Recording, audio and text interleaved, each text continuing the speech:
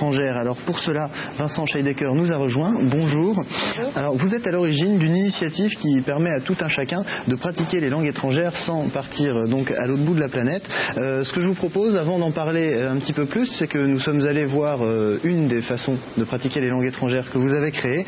Alors à Paris, ils sont de plus en plus nombreux à se retrouver une fois par semaine le soir pour discuter dans toutes les langues, excepté la leur bien évidemment. Alors un petit reportage autour de ces apéritifs polyglottes, c'est Hélène Maucourant qui est partie les rencontrer.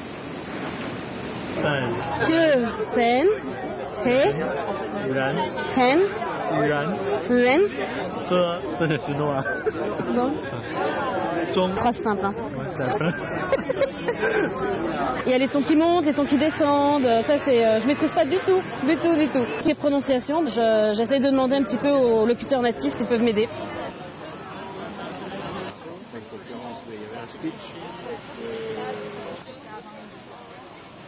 La chambre de commerce, il m'emmène. Alors, statistique بالعربي هذا ترجمتها بالعربية ماذا تعملون هناك؟ Moi je suis américain et donc je vis à Paris et je voulais apprendre l'arabe donc je viens dans l'association pour pratiquer régulièrement avec les arabophones. Lui il parle arabe, moi je lui répondais en arabe mais en premier, dans un deuxième temps j'essaierais de parler anglais et puis il me répondait en anglais.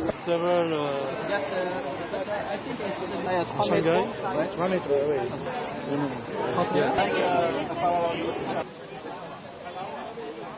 Il y avait des gens qui parlaient très mal anglais et là ça fait 1 an qu'ils viennent tous les jeudis et maintenant c'est fluide. Les progrès sont super quoi, parce qu'ils viennent carrément tous les jeudis et c'est vrai que en fait on le voit de semaine en semaine, on voit les progrès, c'est incroyable. Cheers. Cheers. In Ireland we say sláinte. Alors Vincent Scheidecker, on a vu ce petit sujet. Est-ce que vous pouvez nous donner un peu plus de précision sur la façon dont se passent ces soirées ? Oui, alors donc ce sont des meetings qui sont organisés donc tous les jeudis de 20h à minuit à Paris.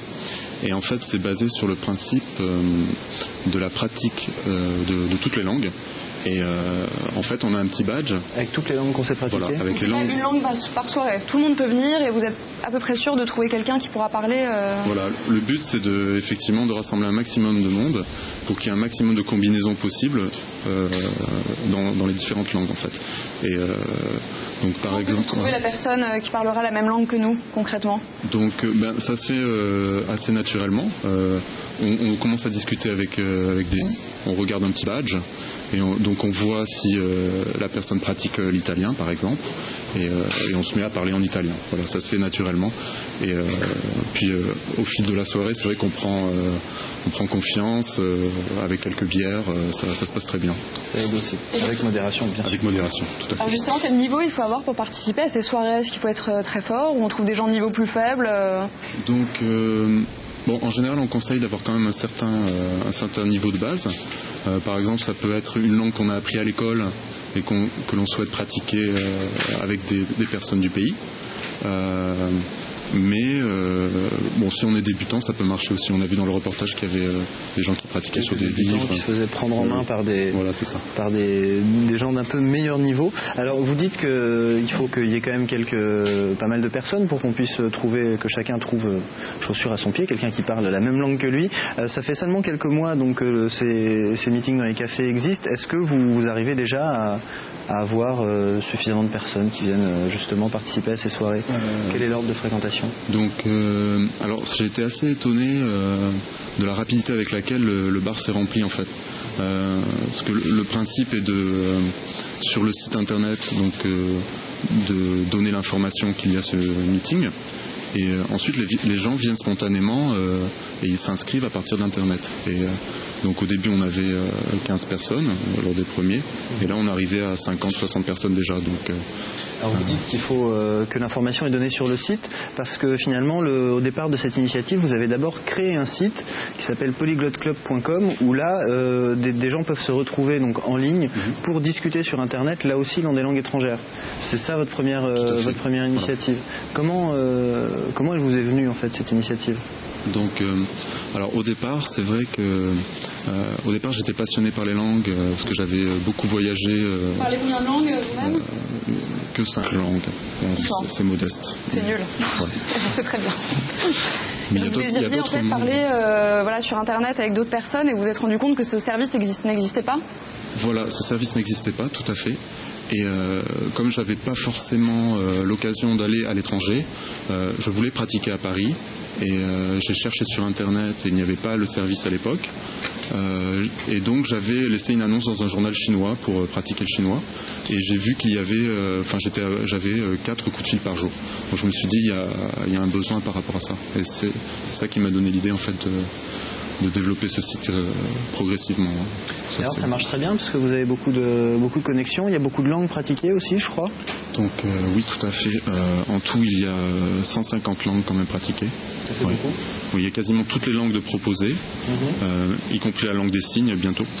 Et en tout, 150 langues sont pratiquées dans le monde entier en fait. D'accord. Ouais. Et il y a à près 250 pays représentés. Ça se passe pas uniquement à Paris. Hein. Il y a des meetings. Alors, quelles sont les langues qui sont le plus que vous retrouvez le plus souvent, qui sont le plus pratiquées sur le site ou même dans les soirées? Donc on retrouve pas mal l'anglais bien sûr, parce qu'il y a une forte demande. Et alors on retrouve le chinois, qui est une langue en fait qui explose. Tout à fait. Ouais. Les gens, notamment les jeunes, sont très intéressés par le chinois. Et ce qui est intéressant aussi à Paris, c'est que il y a aussi beaucoup de demandes de la part des Chinois pour apprendre le français. Donc c'est quelque chose qui fonctionne bien en termes d'échange. Parce que les Chinois restent pas mal dans leur communauté en fait. Et ils parlent beaucoup chinois, disons, entre eux. Donc, voilà.